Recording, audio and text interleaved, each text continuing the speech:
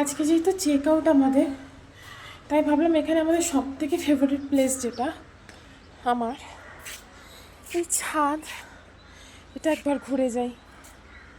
এবারে 100খানা কি তারও বেশি ভালো লাগা স্মৃতি মাথায় করে নিয়ে আর অনেকটা মন খারাপ নিয়ে অবশেষে সেই সকালটা চলেই এলো যেই দিন মানালিকে আমাদের বিদায় জানাতে হবে। এই দিনের সকালে একটু ভারী ব্রেকফাস্ট আমরা করেছিলাম, পরোটা, চিলি চিকেন আর ডিমের অমলেট খেয়ে ওই বেলা 10টার দিকে আমরা বেরিয়েছিলাম, কারণ অনেকটা পথ আজকে অতিক্রম করা বাকি আছে। খালি পেটে যদি যাই বা একটু কম খেয়ে যাই তাহলে মাঝ রাস্তায় শরীর খারাপ করতে হবে। আর মনের দুঃখে মানালিকে টাটা জানিয়ে বেরিয়ে পড়লাম আজকে পাঞ্জাবের উদ্দেশ্যে।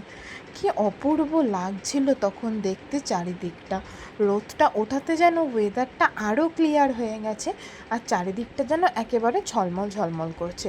প্রথমে আমরা যাব কাসোল থেকে তারপরে আমরা যাব মণিকরণ।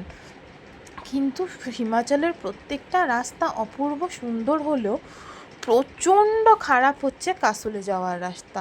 এই জন্যই বোধহয় কাসোলে যাওয়ার জন্য এক্সট্রা করে টাইম চেয়ে নেয়। মাঝপথে আমরা কাসোলে একটু দাঁড়িয়ে পড়েছিলাম, তারপরে আমরা সেখান থেকে একটু কফি খেয়ে আবার একটু চাঙ্গা হয়ে নিচ্ছিলাম। নাহলে গাড়িতে যা নাচন নেচেছি, ওরে বাবা, কলকবজা যে ঠিক আছে এই অনেক বড় ব্যাপার।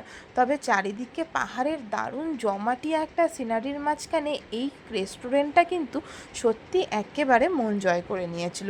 এখান থেকে গরম গরম কফি খেয়ে আর একটু রোদ পুইয়ে কাসল হয়ে চলে আসলাম আমরা মণিকরণে আমরা যেদিন পৌঁছেছিলাম সেদিন ছিল দোলের 2 দিন আগে, তাই পাঞ্জাবিদের কিছু একটা উৎসব থাকার জন্য প্রচণ্ড ভিড় ছিল আর প্রচণ্ড হাওয়া ছিল।